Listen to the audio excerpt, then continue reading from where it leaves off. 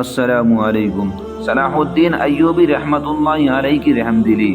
Marriott مضبوط اعصاب والی خوبصورت اور نوجوان عورت تھی۔ خوف نام کی چیز سے وہ ناآشنا تھی، حادثوں سے ذرا بھی نہ گھبراتی، لیکن جنگ حطین کے واقعے نے ہر فرنگی بہادر کے دل کو دہلا کر رکھ دیا اور ان کے ہر شہ سوار کے دل سے کامیابی کی امید کو نکال پھینکا تھا۔ حطین کی جنگ نے ان کی فوجوں کو توڑ کر رکھ دیا تھا اور بہادروں کے دلوں کو ہراساں کر کے رکھ دیا تھا۔ ایسی حالت میں نازک جسم اور کمزور دل عورتوں کا کیا حال ہوا ہوگا۔ میریٹ کا شوہر مسلمانوں کو بیت المقدس سے دفع کرنے کی مہم پر صبح سویرے نکلا تھا، لیکن شام تک واپس نہ آیا اور نہ ہی یہ پتہ چلا کہ اس پر کیا گزری۔ چنانچہ وہ گھبراہٹ کے عالم میں بہت دیر سے گھر میں چکر لگا رہی تھی اور اپنے شوہر کے لیے فکر مند اور بے چین تھی۔ اسے اندیشہ تھا کہ کہیں وہ کسی مصیبت کا شکار نہ ہو جائے۔ اسے ایک پل چین نہ تھا۔ وہ اپنے دودھ پیتے بچے کو سینے سے لگا لیتی، اس سے کبھی سرگوشی کرتی اور کبھی زور زور سے دل کو بہلانے والی باتیں کرنے لگتی۔ پھر اس پر مایوسی چھا جاتی۔ اسے لگتا کہ اس کے جگر کا ٹکڑا یتیم ہو گیا ہے، اس کا اب کوئی باپ نہیں۔ یہ خیال آتے ہی اس کی آنکھوں سے بچے کے چہرے پر آنسو ٹپکنے لگتے، جس سے وہ ڈر کر اٹھ جاتا اور رونے لگتا۔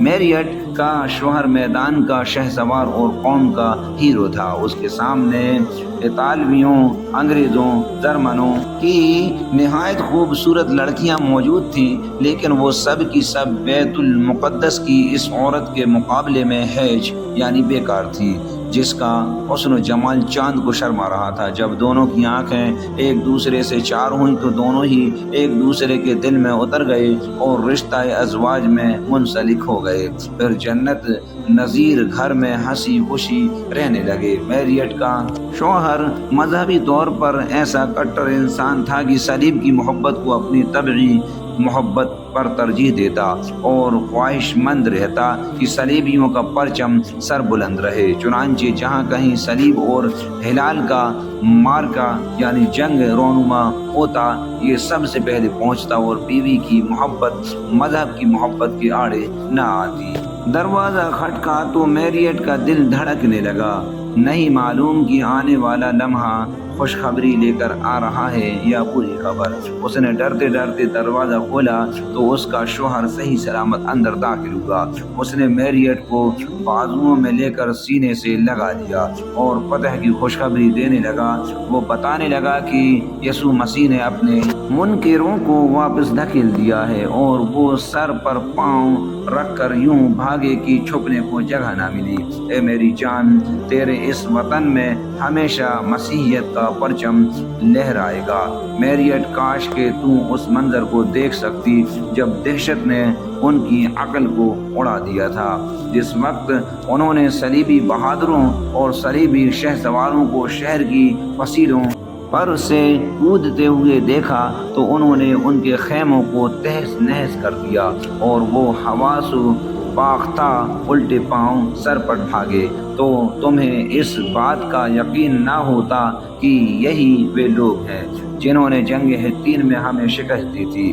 وہ بدکی ہوئی بھیڑوں کی طرح بھاگے۔ اے کاش یروشلم کے یہ بہادر حطین میں ہوتے تو انہیں دکھا دیتے کہ جنگ کیا چیز ہوتی ہے۔ سنو، صلیب مقدس ہے اور ناصری کا نام بلند ہے اور یروشلم ہمیشہ کے لیے ہمارا ہے۔ میاں بیوی جشن منانے کے لیے گرجا گھر کی طرف روانہ ہوئے۔ راستے میں میریٹ کا شوہر مسلمانوں کی وحشت اور درندگی کی افسانے سنانے لگا کہ یہ لوگ دشمنوں کا خون پی لیتے ہیں اور گوشت کھا جاتے ہیں۔ ان کا بادشاہ صلاح الدین بڑا خونخوار اور ظالم حکمران ہے۔ اس کے علاوہ وہ سب کچھ بیان کرنے لگا جو ان کے مذہبی پیشواؤں اور پادریوں نے مسلمانوں کے خلاف زہر پھیلا رکھا تھا۔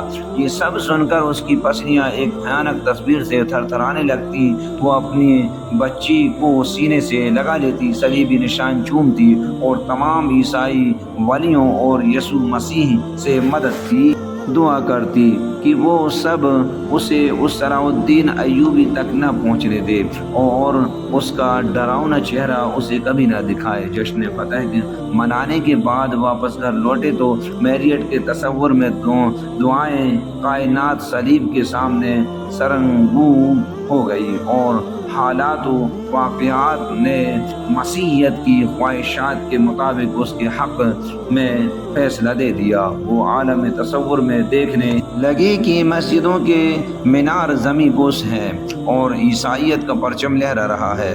وہ سمجھنے لگی کہ آج کے بعد کسی مسجد کے مینار سے اذان کی آواز نہ سنی جا سکے گی اور اب میرا شوہر صلیبی فوجوں کا اعلیٰ کمانڈر بن جائے گا۔ انہی حسین تصورات میں اسے نیند آ جاتی ہے، لیکن چند لمحات میں تصورات کے عالیشان محل یوں ریزہ ریزہ یعنی ٹکڑے ٹکڑے ہو گئے، جیسے طاقتور شاہین کے پر سے چڑیا کا کمزور گھونسلہ ریزہ ریزہ ہو جاتا ہے۔ اس کے کانوں سے چیخ پکار کی آواز ٹکراتی ہے، جن میں مردوں کی آوازیں بھی شامل تھیں۔ اسے جب معلوم ہوا کہ یہ کوئی خواب نہیں بلکہ حقیقت ہے تو وہ دہشت زدہ ہو کر بستر سے اچھلی اور بیٹے کو اٹھا کر شوہر کے بستر کی طرف لپکی، لیکن وہ موجود نہ تھا۔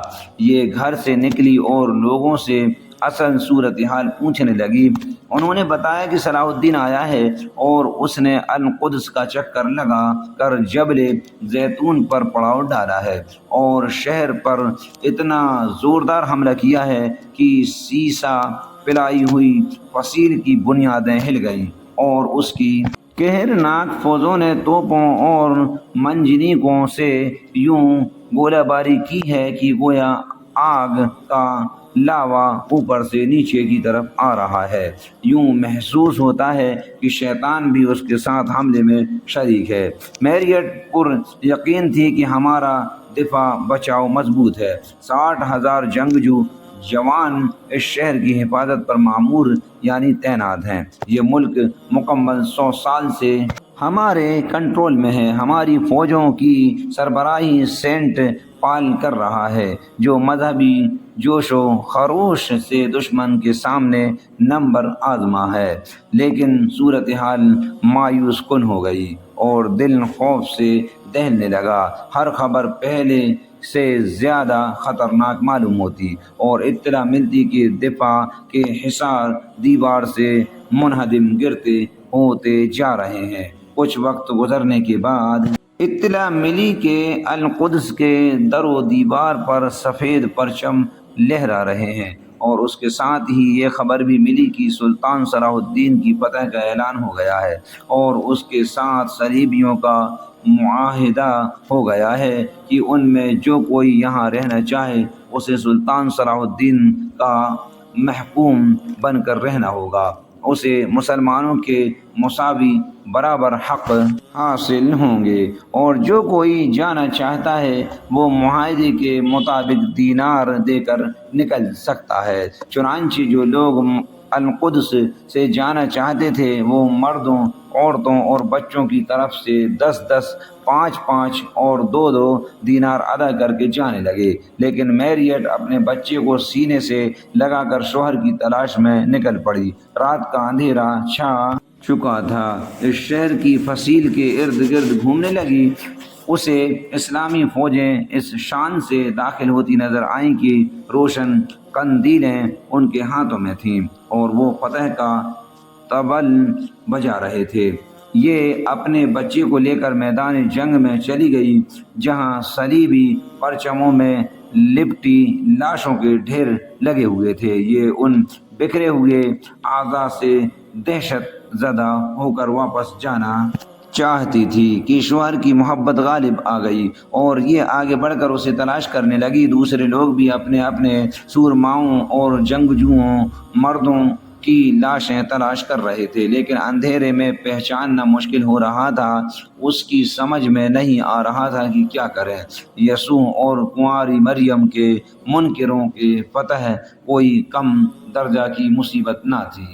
جس نے صلیبی حکومت کے قیام اور دوام کے خواب چکنا چور کر دیے تھے، اور اس پر شوہر کی گمشدگی دوہرا عذاب بن گئی۔ اسے مختلف قسم کے وسوسوں نے گھیر لیا۔ وہ سوچنے لگی کہ پتہ نہیں اس کے خوبصورت بدن کے ساتھ کیا گزری، اور اس کے ستاروں کی طرح چمکنے والے دانتوں کا کیا بنا۔ وہ کون سا آسمان ہے جو اسے سایہ کیے ہوئے ہے، اور کون سی وہ زمین ہے جو اسے سموئے ہوئے ہے۔ یوں یوں یاد کرتی اس کا دل پسید جاتا، اور وہ آنکھیں بند کر کے تصورات کی آگ پر آنسوؤں کے قطرے بہا دیتی۔ غم کی وجہ سے اس کا دل پگھل رہا تھا، اور جو چیز بہت پریشان کر رہی تھی وہ یہ کہ اس مصیبت میں کوئی دلاسا دینے والا نہیں مل رہا تھا جو اس پر نظر شفقت ڈالے، کیونکہ اس رات ہر ایک اپنے اپنے غم میں ڈوبا ہوا تھا، اور نفسا نفسی کا عالم طاری تھا۔ وہ سوچنے لگی کہ 100 سالہ صلیبی اقتدار کس طرح سمندر کا جھاگ ثابت ہوا جو آنن فانن ختم ہو گیا، اور وہ معرکہ جس کی ابتدا شروعات فتح و کامرانی اور محبت و وصال سے شروع ہوئی تھی، کیوں کر نامرادی اور شکست میں بدل گئی۔ جس ملک کو حاصل کرنے کے لیے پورا یورپ زور لگا رہا تھا کہ کس طرح ایک امیر کے ہاتھوں قبضہ سے نکل گیا۔ جب ایک مسلمان امیر تمام مسیحی حکمرانوں پر اتنا بھاری ثابت ہوا تو اس وقت کیا حال ہوگا جب تمام مسلمان سلاطین اکٹھے ہو جائیں گے۔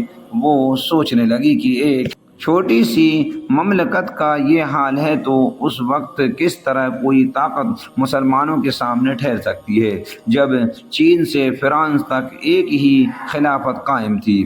یہ مختلف لوگوں سے اپنے شوہر کے متعلق دریافت کرتی رہی، لیکن کسی نے بھی کوئی جواب نہ دیا۔ ایک کریمون نفس ملا بھی تو اس نے صرف اتنا کہا کہ میں نہیں جانتا۔ چاند آہستہ آہستہ بادلوں میں آنکھ میں چولی کرتا ہوا قرۂ ارضی زمین پر روشنی ڈالنے لگا۔ اس نے دیکھا کہ ٹوٹی ہوئی تلواریں اور تیروں کے درمیان زرہوں میں ڈھکی ہوئی لاشیں خاکوں کو خون میں بکھری پڑی ہیں، اور جن چہروں سے القدس کی سر زمین پر رونق تھی وہ آج پہچانے نہیں جا رہے تھے۔ یہ اپنے شوہر کو تلاش کرتی ہوئی ایک بوڑھے کے پاس سے گزری جو اس کے شوہر کا جاننے والا تھا۔ اس نے اس کا ہاتھ تھام کر اسے میدان سے نکالا اور اپنے ساتھ گھر لے جانے لگا۔ اس نے آہستہ سے پوچھا، بابا آپ نے کہیں میرا شوہر دیکھا ہے؟ اس نے مایوس کن خبر دینے کی بجائے ادھر ادھر کی باتیں بتائیں تاکہ یہ مزید خوف زدہ نہ ہو، اور اس نے پھر سوال کیا، بابا اب یہ فاتحین ہمارے ساتھ کیا سلوک کریں گے؟ کیا وہ میرے بچے کو میرے سامنے کھا جائیں گے؟ اس نے جواب دیا، تمہیں کس نے یہ جھوٹی باتیں بتائیں؟ مسلمان بڑے معزز اور رحم دل لوگ ہیں، ان کا بادشاہ صلاح الدین تمام حکمرانوں سے بڑھ کر رحم دل ہے۔ پھر وہ مسلمانوں کے کریمانہ اوصاف بیان کرنے لگا تو وہ حیرانی سے منہ کھولتی رہ گئی۔ اس نے پھر بتایا کہ اگر وہ ہمیں ذبح بھی کر دیتے تو زیادتی نہ ہوتی بلکہ عین انصاف ہوتا، کیونکہ 1 صدی پیشتر پہلے جب ہم یہاں داخل ہوئے تھے تو ہم نے مسلمانوں کو ان کے گھروں، گلیوں اور مسجدوں میں ذبح کیا تھا۔ اس دن ہم نے 70,000 بے گناہ مسلمان بچوں اور عورتوں اور بوڑھوں کو قتل کیا تھا، یہاں تک کہ وہ ہم سے بچنے کے لیے فصیلوں سے زمین پر چھلانگ لگا رہے تھے۔ اس دن ہم درندگی پر کسی نہ انکار نہ کیا اور نہ کسی کا دل پسیجا۔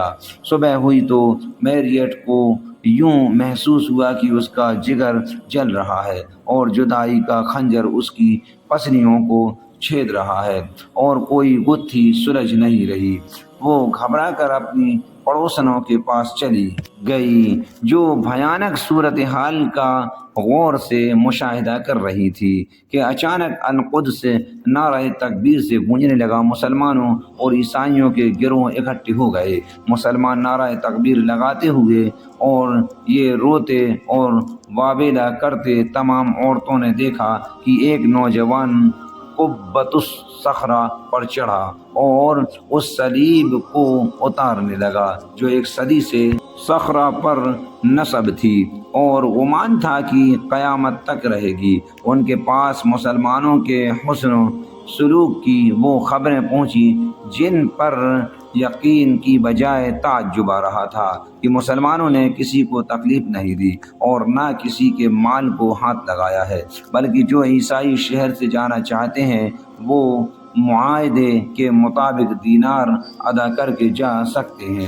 بلکہ اپنا پسندیدہ مال بھی اٹھا رہے ہیں، اور مسلمان فاتحین عیسائی مفتوحوں سے ان کا ضرورت سے زائد سامان قیمتاً خرید رہے ہیں، اور عیسائی امن و سلامتی سے آ جا رہے ہیں۔ اور یہ بھی معلوم ہوا کہ جنگ کے دھنی مسلمان حالت امن میں بڑے متمدن اور باوقار لوگ ہیں، ان میں سوائے امن و سلامتی اور صلح آشتی کے کچھ نظر نہیں آ رہا، اور یہ کہ مسلمانوں نے نصارہ کی بدعتوں کے خاتمے کے علاوہ کسی چیز کو ہاتھ نہیں لگایا، اور مسلمانوں نے نور الدین شہید کا ممبر حرم میں رکھ کر اس پر خطبہ دیا۔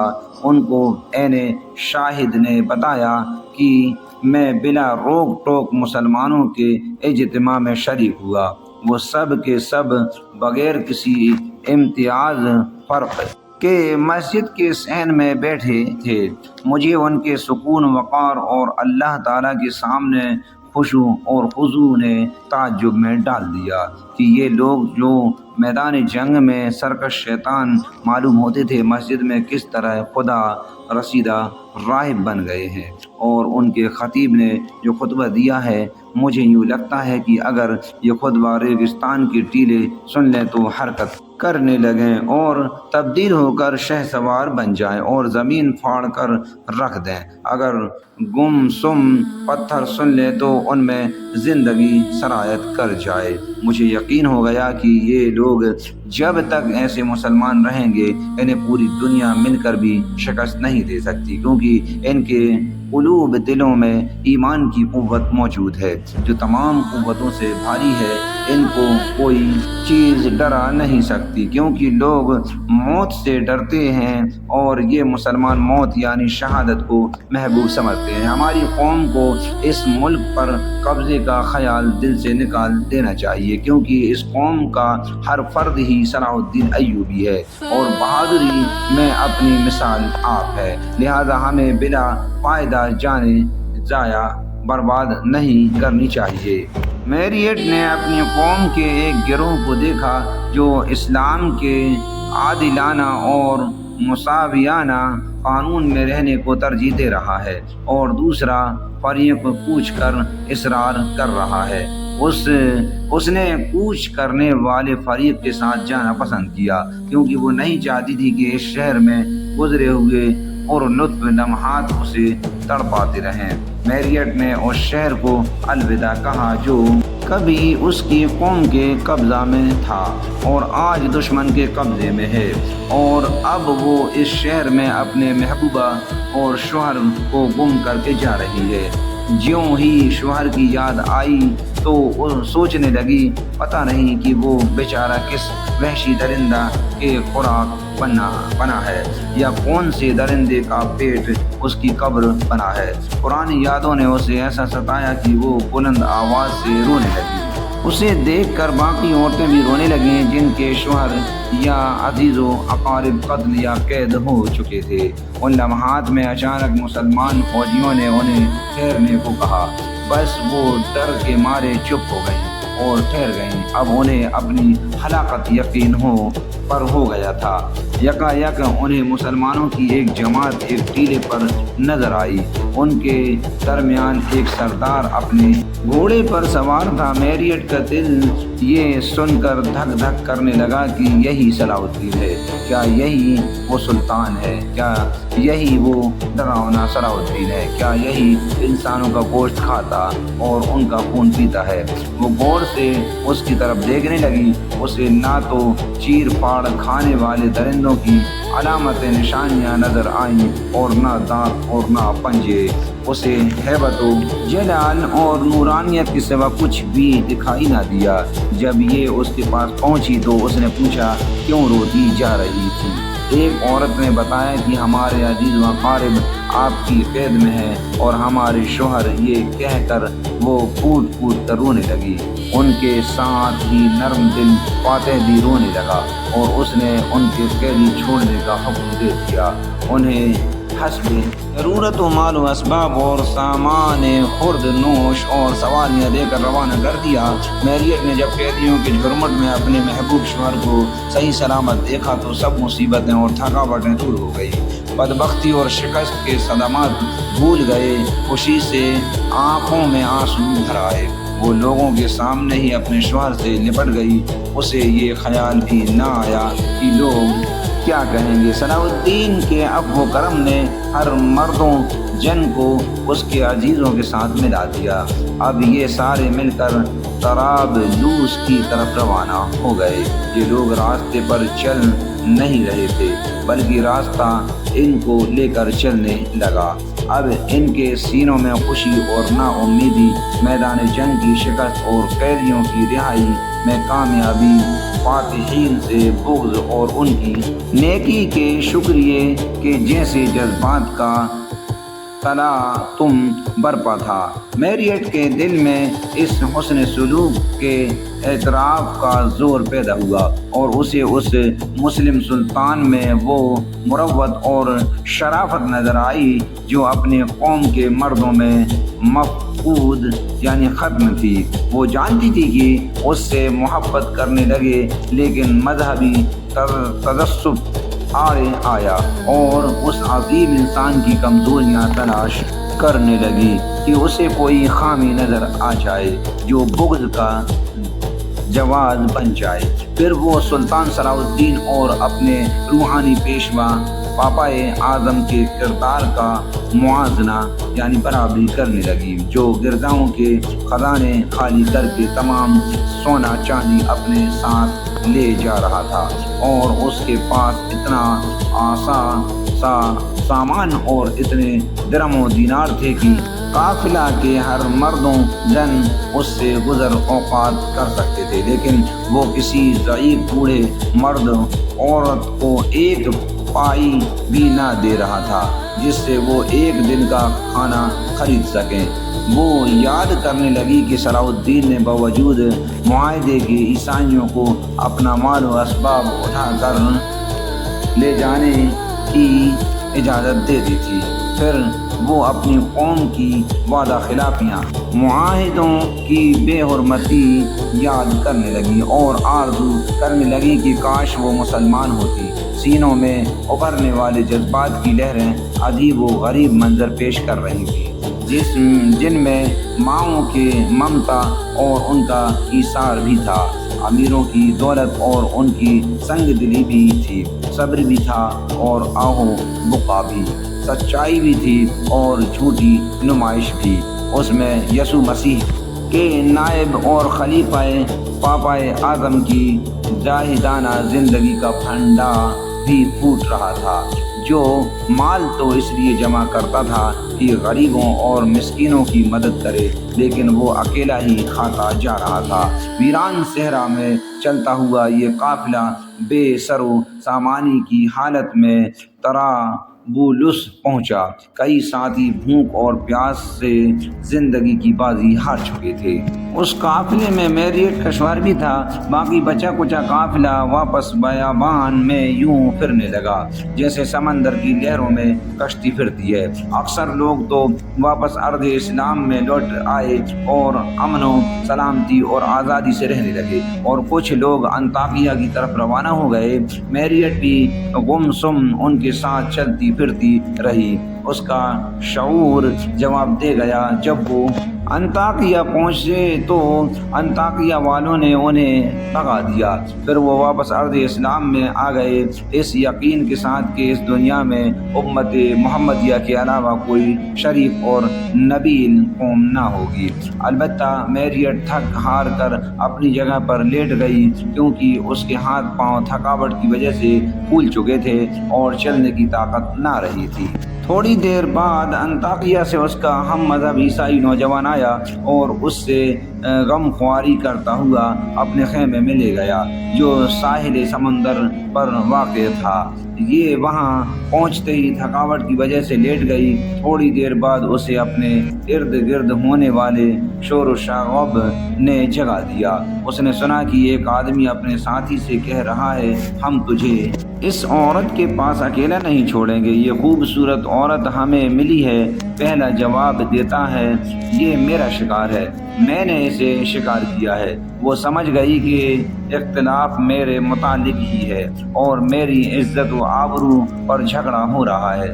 وہ اپنے ماضی کو یاد کرتی ہے کہ ایک تو شوہر مارا گیا، ساتھی تتر بتر ہو گئے اور آج عزت بھی برباد ہونے کو ہے۔ وہ غضبناک لہجے میں بولی، افسوس اہل یوروپ، کیا یہ ہے تمہارا دین اور یہ ہے تمہاری انسانیت اور یہ ہے تمہاری شرافت و مروت؟ وہ دونوں کہے لگا کر ہنستے ہیں۔ اس کا غصہ بھڑک اٹھتا ہے اور چلا کر کہتی ہے کہ کس زبان میں تم سے بات کروں؟ کیا دین کی زبان میں؟ مجھے تو لگتا ہے کہ تمہارا کوئی مذہب ہی نہیں ہے، یا انسانیت کی زبان میں، جبکہ تم بنی آدم کے بھیس میں درندے ہو جنہوں نے بنی آدم کی خال پہنی ہوئی ہے، یا مروت اور شرافت کی زبان میں خطاب کروں، جبکہ تم اس کی حدود کو پامال کر چکے ہو اور وہ تمہارے اندر نظر نہیں آ رہی۔ تم پر ہلاکت ٹوٹ پڑے۔ تمہیں شرم نہیں آتی کہ یہ مسلمان تمہارے دشمن ہو کر بھی تمہاری عورتوں کی آبرو پر ڈاکہ نہیں ڈالتے اور شفقت و مہربانی سے پیش آتے ہیں اور تمہاری عزتوں کے تم سے زیادہ محافظ ہیں؟ وہ تم سے زیادہ شرافت اور فضیلت والے ہیں۔ وہ یسوع مسیح کی ہدایت پر تم سے بدرجہ پڑھ کر عمل کرنے والے ہیں۔ اللہ کی قسم، تم میں نہ تو شرم اور حیا نام کی کوئی چیز ہے اور نہ شرافت و مروت ہی کا مادہ ہے۔ نہ تم مسیح کے امتی ہو نہ محمد کے، بلکہ تم شیطان کے چیلے ہو، اور محمد کے امتی تو مسیح اور محمد دونوں کے امتی ہیں۔ وہ شرافت اور بزرگی کے پیکر اور انسانیت کا نچوڑ ہیں۔ تم ان پر کبھی غالب نہیں آ سکتے۔ مستقبل ان کا ہے، فتح و نصرت ان کا مقدر ہے۔ تم ان سے ارض مقدس نہیں لے سکتے۔ وہ تم سے یسوع کے زیادہ وفادار ہیں۔ ان میں انسانیت کوٹ کوٹ کر بھری ہوئی ہے اور تم پر لعنت ہو۔ بربادی اور رسوائی تمہارا مقدر ہے۔ وہ دونوں پہلے سے زیادہ ہنسنا شروع کر دیتے ہیں۔ یہ چاروں طرف نظر دوڑاتی ہے کہ شاید کوئی مددگار مل جائے، مگر کہاں؟ جس شہر میں مسلمان نہ ہو وہاں عزت کے پاسبانے کیوں کر ہو سکتے ہیں؟ وہ دونوں سرخ آنکھوں کے ساتھ اس پر جھپٹنے والے تھے کہ اس نے اپنے بچے کو سمندر میں پھینک کر خود بھی چھلانگ لگا دی۔ خاموش سمندر سے پانی کے دو چھل ابھرے، ان میں مظلومہ کے سینے سے نکلی ہوئی سرخ لعنت نمودار ہوئی اور ان ظالم سامراجیوں پر پڑ گئی۔ وقت گزر گیا اور گزر رہا ہے، لیکن سفاکیوں اور درندگیوں کی سیاہی عیسائی سامراجی کے چہرے پر جیسی تھی ویسی اب بھی ہے، دھل نہیں سکتی۔ ظلم و ستم کے مظاہرے اب بھی دیکھے جا رہے ہیں۔ آج ہم دیکھ رہے ہیں ایران اور اسرائیل کے موقع پر کہ وہاں ایک زنا خور بادشاہ جو کہ عیسائی رہبری کر رہا ہے وہ ایران پر حملہ آور ہے، اور ایک طرف مسلمان جو اپنی بچیوں کی پاسداری اور حفاظت میں لگے ہوئے ہیں، ان کو روکنے کے لیے وہ کھڑا ہوا ہے۔ آپ سے درخواست ہے کہ آپ اس واقعے سے عبرت حاصل کریں اور آپ ہمارے اصلاحی تعلیم چینل کو سبسکرائب کر لیں۔ السلام علیکم ورحمۃ اللہ وبرکاتہ۔